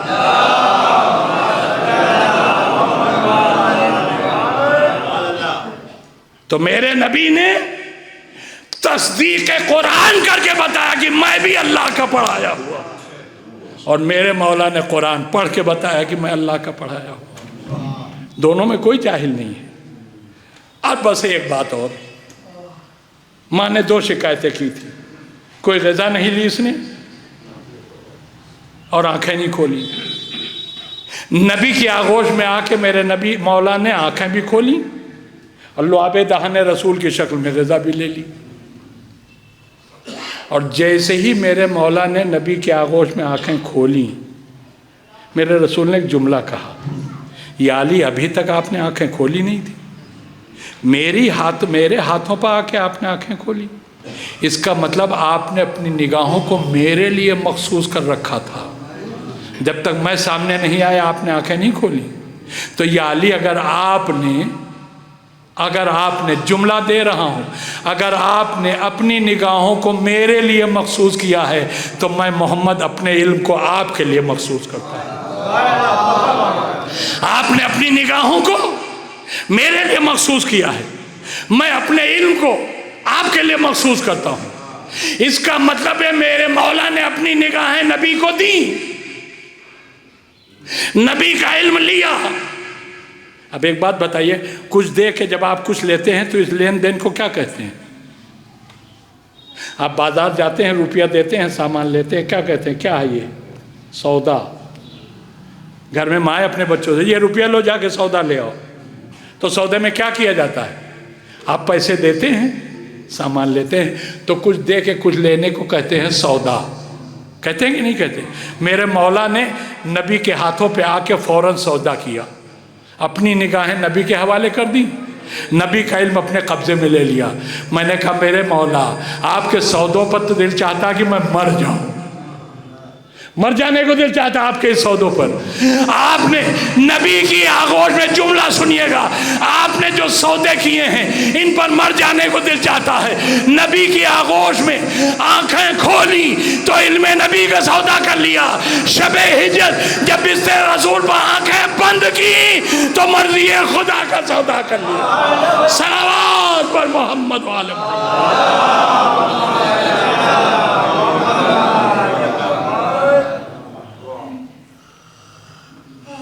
اچھا دیکھیے، مولا علی کا، میرے محرم علی بھائی نے کہا ہے 5-10 تک آپ پڑھ سکتے ہیں۔ آپ لوگوں کو اعتراض تو نہیں ہے؟ اگر 5-10 تک میں چلا جاؤں، حالانکہ جنرلی میں پڑھتا نہیں ہوں اتنی دیر، اب میں بیمار رہنے لگا ہوں، صحت بھی خراب ہے، اب 1 گھنٹہ 1.25 گھنٹہ حد ہے، 1 گھنٹہ تو ہو چکا، لیکن ابھی فضائل چل رہے ہیں، مصائب باقی ہیں بھی، تو ہو سکتا ہے کہ یہ سوئی 5 کے اوپر بھی چلی جائے، تو آپ لوگ گھبرائیے گا نہیں۔ بانی مجلس کو مجھے خوش رکھنا ہے، اس لیے کہ انہوں نے بلایا ہے، آپ بلاتے تو ہم آپ کو خوش رکھتے۔ ایک صلوات بھیجیے محمد والے محمد۔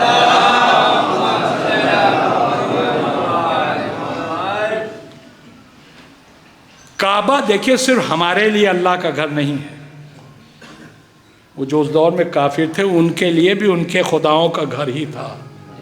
365 خدا ان کے اسی کعبے میں رکھے ہوئے تھے کہ نہیں؟ تو اللہ کے گھر میں بچہ پیدا ہو یہ کسی کو برداشت نہیں ہو سکتا۔ آپ کی مسجد میں کوئی آ کے عورت اپنا بچہ جنم دے دے، آپ اسے برداشت کریں گے؟ تو یہ تو نقل خانہ کعبہ ہے، آپ اس میں برداشت نہیں کر سکتے، تو وہ تو اصل خانہ خدا ہے۔ تو کافروں کو بھی یہ برا لگا کہ علی یہاں پیدا ہوئے، تو وہ بھی یہ سوچ رہے تھے کافر جو تھے کہ اللہ کے گھر میں بچہ پیدا کیا فاطمہ بنت اسد نے، یہ بچہ سلامت نہیں ہو سکتا، اس کے ایک ہی آنکھ ہوگی، کعبے میں پیدا ہوا ہے تو ایک ہی آنکھ ہوگی، دوسری نہیں ہوگی، تاکہ پوری دنیا ایک آنکھ کا کہے سے۔ اب ایک والے کو کیا کہتے ہیں وہ ہم نہیں کہیں گے، ایک آنکھ والے کو جو آپ کہتے ہیں وہ آپ سمجھ لیجیے۔ یہ کافر سمجھ، ان کے آنکھ ایک ہی ہوگی، ایک نہیں ہوگی، اس کا ایک ہاتھ پیچھے یوں مڑا ہوا ہوگا، سیدھا نہیں ہوگا، اس کا ایک پیر مفلوج ہوگا، اس کی ناک ٹیڑھی ہوگی، اس کا ایک طرف کا پہلو یوں دبا ہوا ہوگا، ایک طرف کا اٹھا ہوا ہوگا۔ اس لیے کہ اللہ کے گھر میں پیدا ہوا ہے تو صحیح تو ہوگا نہیں بچہ۔ رسول اللہ جب اپنے بھائی کو لے کے چلے تو یہ کافر بھی پیچھے پیچھے چلے، آخر میں برداشت نہیں ہوا۔ ان لوگوں نے ایک مرتبہ کہا محمد ایک بات بتاؤ، یہ تمہارا بھائی ہے کیسا؟ یہ سوال سمجھے آپ؟ یعنی اس کی آنکھیں کیسی ہیں، اس کا چہرہ کیسا ہے، اس کے ہاتھ کیسے ہیں، اس کا پہلو کیسا ہے؟ نبی نے کیا شاندار جواب دیا کہ تم پوچھ رہے ہو بچہ کیسا ہے؟ ارے بچہ جس گھر میں پیدا ہوتا ہے اسی گھر والوں کے نقش و نگار لے کے آتا ہے نا؟ ارے بھائی آپ خود اپنی زندگی میں مشاہدہ کر کے دیکھ لیجئے، آپ کے ہاں مثلا بیٹے کی شادی ہوئی، سال بھر کے بعد بچہ ہوا، اب جو عورتوں کو خبر ملی کہ بچہ پیدا ہوا، پورے خاندان کی عورتیں جمع ہو گئی، ارے ذرا بچے کی ناک تو دیکھو بالکل اپنے ماموں کو پڑی ہے، بچے کے ہاتھ دیکھو بالکل اپنے ابا جیسے ہیں، اس کا چہرہ اپنے دادا کیسا ہے، اس کی آنکھیں بالکل نانا کیسی، کہتے لوگ کہ نہیں کہتے؟ تو بچہ جس گھر میں پیدا ہوتا ہے، کیا سن رہے ہو میرے دوستو، بچہ جس گھر میں پیدا ہوتا ہے اسی گھر والوں کے نقش و نگار لے کر آتا ہے۔ کافروں نے میرے نبی سے پوچھا اے محمد تمہارا بھائی ہے کیسا؟ ایک بتا نبی نے مڑ کے دیکھا، میرے بھائی کو پوچھنا چاہتے ہو کیسا ہے؟ یہ اللہ کے گھر میں پیدا ہوا ہے، اس کے ہاتھ ید اللہ، اس کی آنکھیں عین اللہ، اس کا چہرہ وجہ اللہ، اس کا نفس نفس اللہ، یہ پورا کا پورا ولی اللہ۔ صلوات پر محمد و آل محمد۔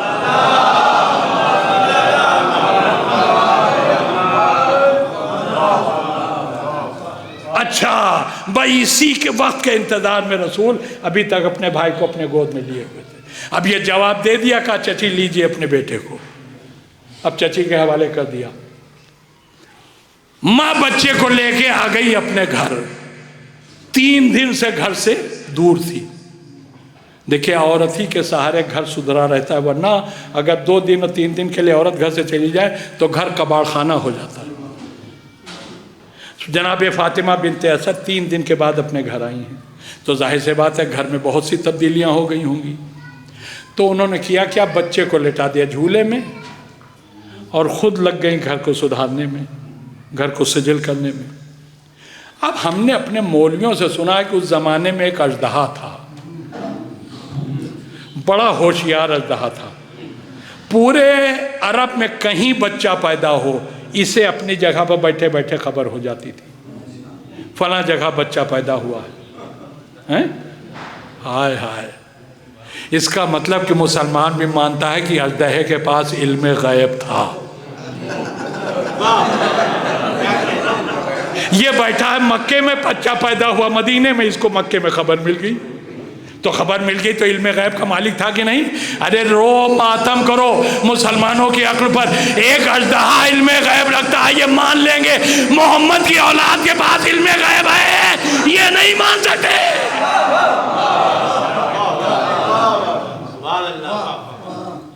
تو بتایا ہمیں مولویوں نے یہی کہ اس اژدہے کو خبر ہو جاتی تھی، بچہ کہیں پیدا ہو اس کو خبر ہو جاتی تھی پیدا ہوا، تو جیسی خبر ملتی تھی تو یہ وہیں پہنچ جاتا تھا جہاں بچہ ہے، اور جا کے بچے کو سونگتا تھا، بڑا ہوشیار تھا، سونگ کے جان لیتا تھا بچہ حلالی ہے یا غیر حلالی۔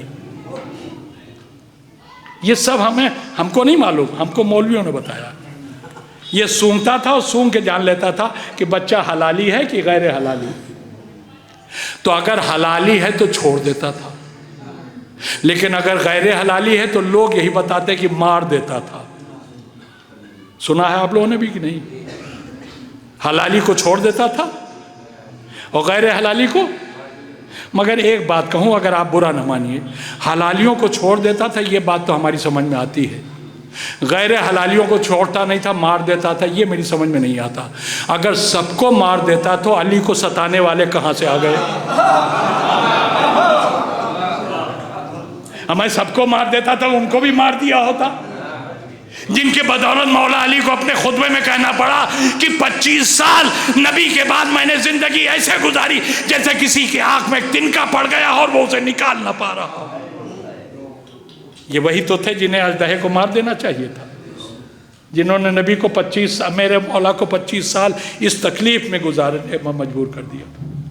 تو اب یہ اس کا مطلب یہ ہے کہ کچھ تو بچے اژدہے سے، نہیں بچے تو یہ آئے کہاں سے؟ تو کچھ تو بچے نا.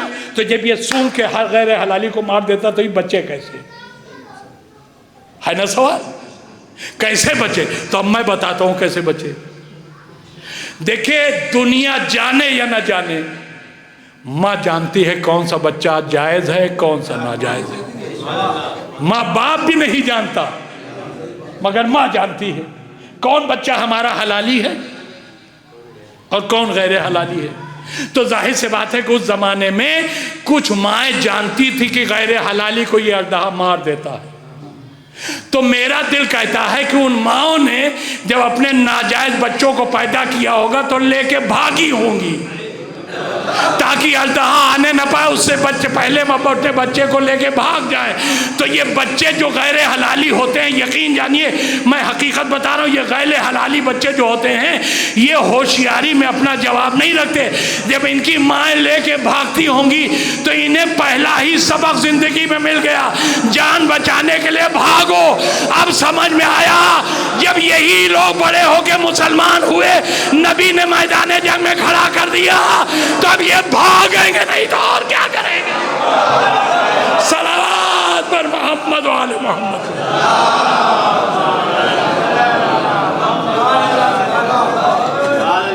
یہ مائیں بھگا لے گئی کہ اژدہے کے آنے سے پہلے بھاگ نکلو ورنہ مار دیا. یوں بچ گئے یہ لوگ. اچھا تو اس اژدہے کو مولا علی کی ولادت کی بھی خبر مل گئی کہ فاطمہ بنت اسد کے یہاں بچہ ہوا ہے. تو وہ اژدہا اب جہاں بھی رہا ہو ابو طالب کے گھر پہنچ گیا. اب ماں نے کیا کیا تھا، بچے کو جھولے میں لٹا کے اور لگ گئی گھر کے کاموں میں. اب دیکھیں آپ لوگوں سے کیا کہنا، آپ تو سب جانتے ہیں جھولا کسی بھی گھر میں ہو زمین سے کچھ اونچائی پر ہوتا ہے کہ نہیں؟ زمین پہ تو جھولا ہوتا نہیں، زمین سے تھوڑا 2 فٹ 3 فٹ 4 فٹ اونچائی پہ ہوگا کہ نہیں؟ اب وہ آیا اژدہا اس گھر میں، علی کی ولادت کی خبر پا کے آیا تو مولا علی تو ہیں جھولے میں. تو اب ظاہر سے بات ہے وہ رینگ کے جھولا یہاں ہے، نیچے آیا ہوگا. اب اسے سونگھنا ہے علی کو. دیکھ رہیے گا میری طرف، میں کچھ باتیں وہ ہیں کہ جو اپنے دماغ سے پڑھتا ہوں کوئی پڑھ نہیں سکتا. یہ اژدہا رینگ کے آیا ہوگا جھولے تک، مگر اس کا مقصد ہے بچے کو سونگھنا، اور بچہ ہے جھولے میں. تو ظاہر سی بات ہے بچے کو کیسے سونگھے گا؟ اپنا جھولا یہ ہے، جھولے کے بغل میں ایسے اپنے پھن کو اوپر اٹھایا ہوگا، ہے نا؟ اب جھولا ہے یہ تو یہاں تک تو سر اپنا پھندا یہ اپنا پھن ضرور لایا ہوگا. اب لانے کے بعد اب ایسے جھکا ہوگا مولا کی طرف. کیا سن رہے ہو میرے دوستو؟ پہلے اس نے سر اٹھایا ہوگا، اٹھانے کے بعد اب جھولے کی طرف جھکا ہوگا سونگنے کے لیے. علی دیکھ رہے ہیں اژدہے نے سر اٹھایا ہے، بس جیسے ہی وہ علی کی طرف جھکا، علی نے اپنی 2 ننھی ننھی انگلیاں اٹھائیں، اس کے کلے میں ڈال کر اس کے چیر کر 2 کر دیا، اور چیر کر کہا اے اژدہے تیرا مرنا اب ضروری ہے. علی کے سامنے سر اٹھا رہا ہے. سلام پر محمد و آل محمد. علی کے سامنے سر اٹھا رہا ہے. تیرا زندہ رہنا اب ممکن نہیں. چیر کر 2 کر دیے، اور اتنی عدالت کے ساتھ کہ بالکل آدھا ادھر آدھا ادھر. بس آخری بات سلسلے فضائل کے گفتگو ختم کر رہا ہوں. آپ بازار سے ایک مارکین کا 1 گز کپڑا لے آئیے اور 20 سے ہلکا سا قینچی سے خط لگائیے، اس کے بعد اسے یوں پھاڑیے. کچھ آواز آئے گی؟ کپڑا جب پھاڑیے گا آواز آئے گی کہ نہیں؟ 1 میٹر کپڑا آپ پھاڑیے تو آواز آئے گی. یہ سینکڑوں میٹر لمبا اژدہا، علی نے اس کو پھاڑ کے 2 کر دیا، تو اس کے پھٹنے کی آواز نہ آئی ہوگی. اچھا یہ تو جاندار ہے، آپ تو کپڑا پھاڑیں گے تو کپڑا بے جان ہے، صرف پھٹنے کی آواز آئے گی. یہ جاندار ہے، اسے علی نے جب پھاڑا ہوگا تو اس کے پھٹنے کی آواز الگ، چیخنے کی آواز الگ، دونوں مل کے ایک بھیانک آواز ہو گئی. اور اتنی بھیانک ہوئی کہ پورے مکے میں یہ آواز پھیل گئی. اب یہ آواز جب پورے مکے میں پہنچی تو ہر گھر کا آدمی باہر نکل پڑا. ہمیں یہ آواز کیسی؟ اب یہ احمد ادھر سے نکلے، بکر ادھر سے نکلے، فلاں ادھر سے نکلے، نمک ادھر سے، ہر ایک تو احمد تم نے سنی آواز؟ کہا ہاں ہم نے سنا۔ احمد تم نے سنا یونس؟ ہاں ہم نے۔ ابو جہل تم نے سنا؟ کہا ہاں سنا۔ تو آپ سوال سب نے کیا، سب نے ایک دوسرے سے پوچھا سنی؟ سب نے کہا ہاں سنی۔ کہا یہ بتاؤ یہ آواز آئی کدھر سے؟ ایک تھا اس میں اللہ ابو لہب، اس نے کہا ادھر سے آئی تھی۔ تو اب سارے کے سارے ادھر ہی بھاگے، ادھر سے آئی تھی۔ اب ادھر آگے بڑھے، تھوڑی دور پہنچے، نہیں ابھی یہاں نہیں، اور دور چلو، اور ادھر آگے سے آواز آئی تھی۔ دوڑتے دوڑتے یہ سب آگے ابو طالب کے گھر پر۔ ابو طالب اپنے دروازے پر کھڑے تھے، اس لیے کہ انہیں پتا تھا کچھ لوگ آ رہے ہیں پوچھنے کے لیے یہ آواز کیسی آئی۔ ابو طالب دروازے کھڑے تھے، بھائی لوگوں نے کہا ابو طالب تمہارے گھر سے ابھی ایک آواز آئی ہے؟ کہا ہاں آواز تو آئی ہے۔ کہا کیسی آواز ہے؟ کہا اندر آؤ، آ کے خود ہی دیکھ لو۔ کاہے کی آواز تھی؟ خود ہی دیکھ لو۔ ابو طالب نے فاطمہ بنت اسد کو ہٹایا اور سارے عرب کے بھگوڑوں کو گھر کے اندر لے آئے۔ دیکھو آدھا اژدہا ادھر پڑا ہے، آدھا اژدہا ادھر پڑا ہے، یہ کیا ہوا؟ کہ میرے بچے نے اژدہے کو پھاڑ کر دو کر دیا، اسی کی آواز تھی۔ بھائی یہ جیسے ہی ان لوگوں نے سنا، توجہ دیجیے گا میری گفتگو ختم ہو گئی، جیسے ہی ان لوگوں نے سنا کہ اژدہے کو مار دیا علی نے، یہ لوگ وہاں سے فوراً نکلے، سیدھے رسول اللہ کے گھر پہنچے۔ آواز دی محمد باہر آؤ، میرا رسول باہر آیا۔ کیا ہوا؟ کہا تمہارے بھائی نے تو بڑا غضب کر دیا۔ کہا کیا غضب کر دیا؟ کہا ہمارے نزدیک جو معیار الولد تھا، جس کے ذریعے ہم حلالی اور غیر حلالی کو جان لیا کرتے تھے، تمہارے بھائی نے تو اسی کو ختم کر دیا۔ اب ہم کیسے جانیں گے کون حلالی ہے کون حلالی ہے؟ میرا نبی مسکرایا۔ ان لوگوں نے کہا محمد ہم تم سے شکوا کرنے آئے ہیں، تم مسکرا رہے ہو؟ کہا مسکرا رہے ہیں اس لیے کہ مسکرانے ہی کی بات ہے۔ ارے یہ اژدہا ایک دن تو مرتا، تو جب مر جاتا تب معیار الولد تمہیں کہاں سے ملتا؟ میرے بھائی نے فانی معیار الولد کو ختم کر دیا، اب آج سے یہی میرا بھائی معیار الولد ہے۔ لوگوں نے کہا کیسے؟ کہا جب کہیں جمع ہونا میرے اسی بھائی کا ذکر شروع کر دینا، چہرہ کھل جائے سمجھ لینا حلالی ہے، چہرہ مرجھا جائے سمجھ لینا غیر حلالی ہے۔ صلوات بر محمد والے۔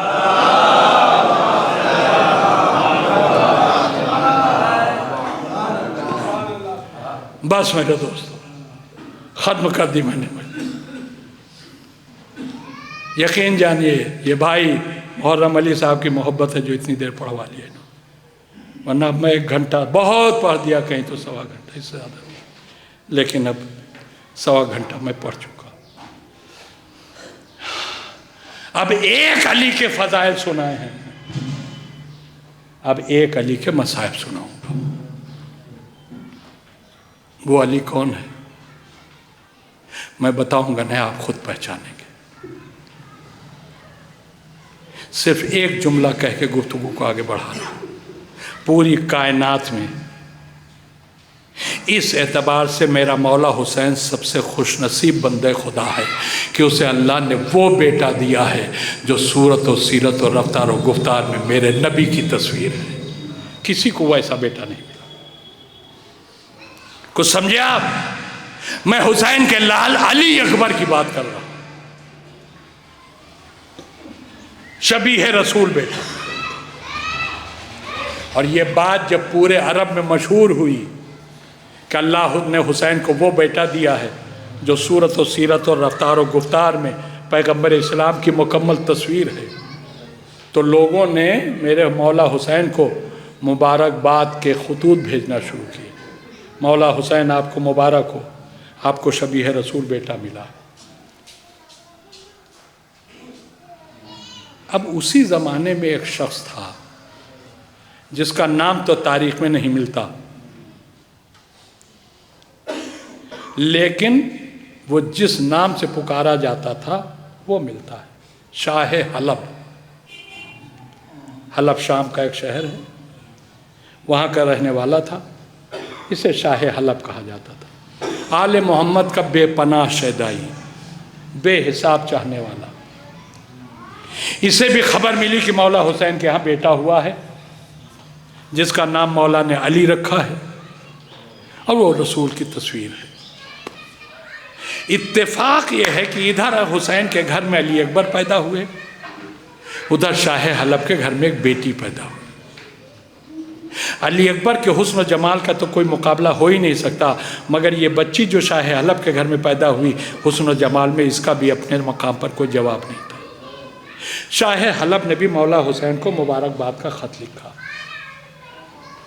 اپنے غلام کے ذریعے خط کو مدینہ بھیجا، جا مولا حسین کو میرا یہ خط پہنچا دے۔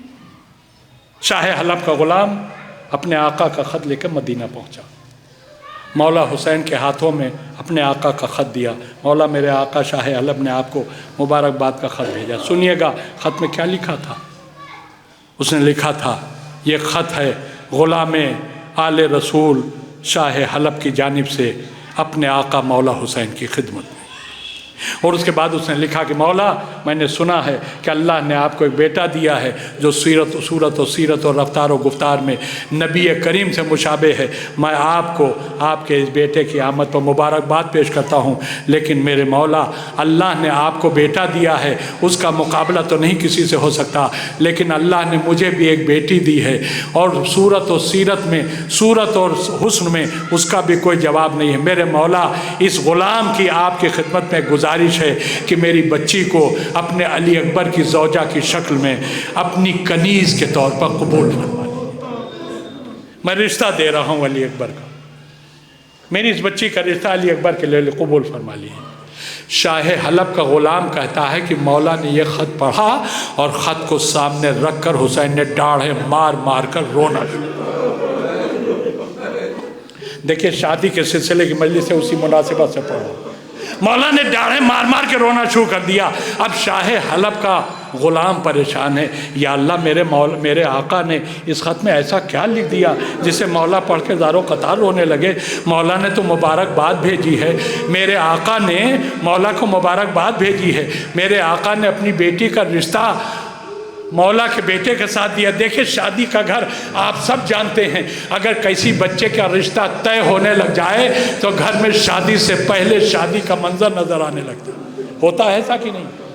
یہ شاہ حلب کا غلام پریشان ہے کہ میرے آقا نے اپنی بیٹی کا رشتہ مولا کے بیٹے کے ساتھ دیا ہے، مولا خط کو پڑھ کے رو کیوں رہے ہیں؟ بہت دیر تک غلام سانسیں روکے ہوئے بیٹھا رہا، مولا روتے رہے، مولا کا رونا دیکھتا رہا، مگر بے قراری بڑھتی چلی گئی۔ آخر میں اس سے برداشت نہیں ہوا، ہاتھوں کو جوڑا، مولا اگر آپ ناراض نہ ہو تو ایک بات پوچھوں۔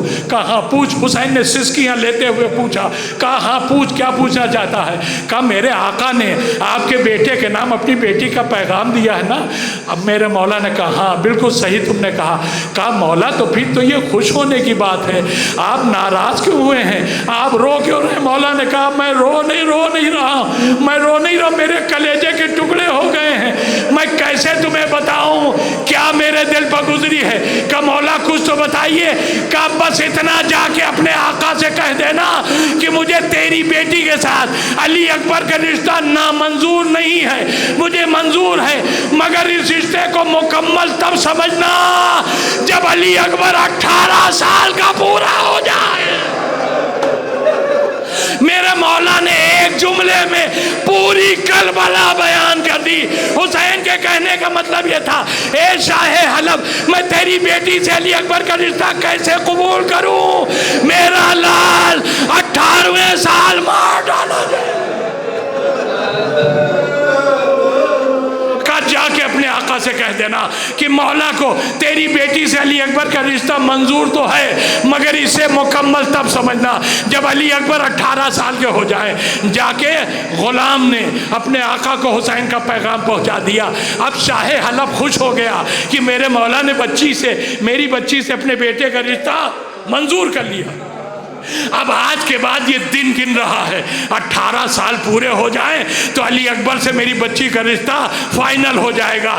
جس دن شہزادے کا اس کے حساب سے 18 سال پورا ہوا، اسی دن اس نے پھر اسی غلام کو بھیجا کہ مدینے جا اور جا کے مولا سے کہنا کہ مولا اب تو 18 سال کا شہزادہ پورا ہو گیا ہوگا، اگر اجازت ہو تو میں آپ کی کنیز کو لے کر آ جاؤں، صیغہ عقد جاری کر دیجئے چاہیے علی اکبر کا میری بیٹی کے ساتھ نکاح ہو جائے۔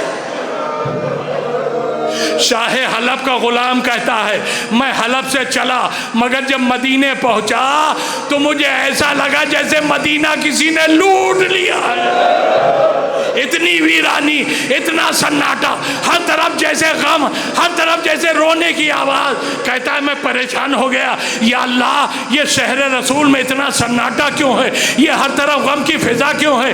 گھروں سے رونے کی آواز کیوں آ رہی ہے؟ اس نے سوچا چلو سیدھا روضہ رسول پر چلتا ہوں، جا کے قبر رسول پر سوال کروں گا آپ کے مدینے میں یہ کیا ہو گیا، یہ ایسا منظر کیوں؟ اب سنو گے عزادارو، اب یہ جب رسول کے روضے میں پہنچا تو کہتا میں نے دیکھا قبر رسول پر اندھیرا تھا، میں بے چین ہو گیا۔ ارے حسین جیسا جس کا بیٹا موجود، اس کی قبر پر کوئی چراغ جلانے والا نہیں۔ کہتا میرا دل رویا، یا رسول اللہ یہ کیا ہو گیا؟ یہ روتا ہوا سسکیاں لیتے ہوئے قبر رسول تک پہنچا، آواز دے اے میرے رسول، میری جان آپ پر قربان، آپ کو اللہ نے حسین جیسا بیٹا دیا ہے، لیکن میں حیران ہوں آپ کی قبر پر اندھیرا کیوں ہے؟ حسین آخر یہاں چراغ کیوں نہیں جلاتے؟ عزاداروں سنو گے، ایک مرتبہ قبر رسول لرزنے لگی، اندر سے آواز آئی اے غلام شاہ حلب، میری قبر پر چراغ کون جلائے؟ دنیا نے میرا حسین مجھ سے چھین لیا۔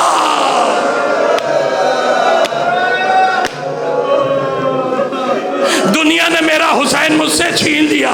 یہ اور تڑپ گیا غلام، میرے آقا کیا کہہ رہے ہیں آپ؟ اے میرے رسول یہ کیا کہہ رہے ہیں؟ آپ کا حسین کس نے چھین لیا؟ کہ مسلمانوں نے اتنا ستایا میرے لال کو کہ میرا بچہ مدینہ چھوڑ کے کربلا چلا گیا ہے، اب یہاں کوئی چراغ جلانے والا نہیں۔ شاہ حلب کا ایک خادم روتا ہوا روضے سے باہر نکلا، اپنی اونٹنی پر سوار ہوا، بہت تیزی کے ساتھ حلب آیا اور اپنے آقا کے پاس پہنچ کے کہتا آقا غضب ہو گیا۔ اس نے کہا کیا ہو گیا؟ کہ مولا حسین تو مدینے میں ہے ہی نہیں، کہاں گیا میرا مولا؟ اس نے کہا میں قبر رسول پر گیا تھا، میں نے جا کے پوچھا آپ کی قبر پر اندھیرا کیوں ہے، حسین چراغ کیوں نہیں جلاتے؟ تو رسول نے بتایا کہ مسلمانوں نے حسین کو اتنا ستایا کہ حسین مدینہ چھوڑ کے کربلا چلے گئے۔ شاہ حلب نے کہا اچھا میرا مولا کربلا چلا گیا، کوئی بات نہیں۔ اس نے جا کے اپنی زوجہ سے کہا بیٹی کو تیار کرو، تم بھی تیار ہو جاؤ، میں بھی تیار ہوتا ہوں، میرا مولا کربلا گیا ہے، میں کربلا اپنی بیٹی کو لے کے جاؤں گا اور وہاں پہنچ کے مولا سے کہوں گا کنیز حاضر ہے، اپنے علی اکبر سے اس کا نکاح پڑھ دیجئے۔ عزاداروں سن پاؤ گے، ادھر سے پتہ نہیں تھا حسین مدینے سے نکلے کربلا پہنچے، عاشورہ کو حسین کا بھرا گھر تباہ ہو گیا، علی اکبر مارا گیا۔ شاہ حلب کو اس کی خبر نہیں، یہ بیوی اور بچی کو لے کے کربلا کی طرف چل دیا۔ عزاداروں کیسے بتاؤں کیا ہوا؟ یہ کربلا پہنچا، مگر کب پہنچا؟ یہ چہلم کے روز 1 سال کے بعد جب آل محمد قیدی شام سے چھوٹ کے کربلا آئے، یہ کربلا شاہ حلب اپنی بچی کو لے کے پہنچا تو اس کے ذہن میں تھا میرا مولا امام زمانہ ہے، اس کے داہنے بائیں عباس و قاسم کھڑے ہوں گے، علی اکبر ہوں گے، اور محمد ہوں گے، غلاموں کی بھیڑ ہوگی، کنیزوں کا جھرمٹ ہوگا، میرا آقا مسند امامت پر بیٹھا ہوگا۔ مگر جب یہ کربلا پہنچا تو کیا دیکھا؟ پورے صحرا میں قبریں بنی ہوئی ہیں، ساری قبروں پر ہر قبر ایک پر بی بی رو رہی ہے، ایک بیوی ایک قبر پر پچھاڑے کھا رہی ہے۔ اے بھیا کس منہ سے مدینہ جاؤں؟ مدینے والوں کو کیا جواب دوں گی؟ شاہ حلب نے منظر دیکھا، بس فوراً روتا ہوا وہاں سے پلٹ کے بیوی کے پاس آیا، دیکھو یہ بیویاں ہیں، بیویوں سے بات کرنا میرے لیے مناسب نہیں، تم آگے بڑھو۔ ایک بیوی میں دیکھ کے آیا ہوں، ایک قبر پر لوٹ رہی ہے، بار بار کہتی بھیا مدینے کیسے جاؤں؟ تم جا کے پوچھو یہ بیوی کون ہے۔ یہ کس بھائی کو پکار رہی ہے، کس بھائی کو رو رہی ہے؟ شاہ حلب کی زوجہ آئی۔ عزادارو توجہ سے سننا، بہت روگے، یہ شادی کی مجلس ہے مگر انشاءاللہ اتنا روگے کہ یہ شادی مبارک ہو جائے گی۔ شاہ حلب کی زوجہ آئی اور میری شہزادی زینب جو قبر حسین پر پچھاڑے کھا رہی تھی پیچھے کھڑے ہو کے کہتی ہے، اے بی بی آپ پر میرا سلام۔ بس جیسے ہی اس نے سلام کیا، زینب کے کانوں میں سلام کی آواز آئی، گھوم کے دیکھا ایک عورت کھڑی تھی، زینب قبر حسین چھوڑ کر کھڑی ہو گئی۔ ارے سن پاؤ گے جملہ، میری شہزادی نے کیا کہا، اے بی بی کیا تم نے مجھے سلام کیا؟ اس نے کہا ہاں میں نے سلام کیا ہے۔ اللہ اللہ، میری خوب شہزادی کی غربت، کہتی ہے میری شہزادی تو نے مجھے سلام کیا؟ تو کون ہے جو مجھے سلام کر رہی ہے؟ ارے جب سے مدینہ چھوٹا ہے زینب کو کوئی سلام نہیں کرتا۔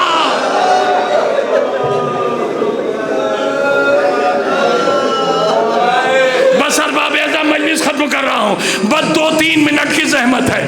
اس شہزادی نے کہا تو کون ہے جو مجھے سلام کر رہی ہے؟ جب سے میرا مدینہ چھوٹا ہے کوئی مجھے سلام نہیں کرتا۔ اس نے کہا بی بی میں شاہ حلب کی زوجہ ہوں، میری بیٹی کے ساتھ علی اکبر کا رشتہ طے ہوا تھا، ہم نے سنا ہے کہ میرا مولا کربلا آیا ہوا ہے، تو میں کربلا میں اپنے مولا کو ڈھونڈ رہی ہوں تاکہ میری بیٹی سے علی اکبر کا عرض ہو جائے۔ ارباب اعظم یہ جملہ سننا تھا۔ زینب نے اپنے کو پھر قبر حسین پہ گرایا، آواز دی بھائیا اٹھو علی اکبر کا رشتہ آیا ہے۔ ایک مرتبہ حسین کی قبر لرزی، اندر سے آواز آئی زینب شاہ حلب کی زوجہ سے کہہ دو اپنی بیٹی کو لے کے واپس چلی جائے۔ ارے میرا اکبر سینے پر برچھی کھا کے مر گیا۔ میں یہ سننا تھا۔ زینب نے دونوں ہاتھوں سے اپنا سر پیٹا، اے بھائیا اب زینب کے کلیجے میں اتنا دم نہیں ہے کہ میں شاہ حلب کی زوجہ کو علی اکبر کے مرنے کی خبر سناؤں۔ سنو آخری جملہ، حسین کی قبر پھر لڑتی، آواز آئی زینب اپنے کلیجے کو سنبھالو، ابھی تو مدینہ باقی ہے، جب تم مدینہ پہنچو گی میری صغرا تمہارے قدموں سے لپٹ کر تم سے پوچھے گی، اے بھوبی اماں میرا اکبر کہاں گیا؟ اے بھوبی اماں میرا اصغر کہاں گیا؟ اے زینب میری صغرا کو بچا لینا، کہیں ایسا نہ ہو اکبر کے مرنے کی خبر سن کر میری صغرا مر جائے۔ اے زینب حسین پر تیرا احسان رہے گا، میری صغرا کو بچا۔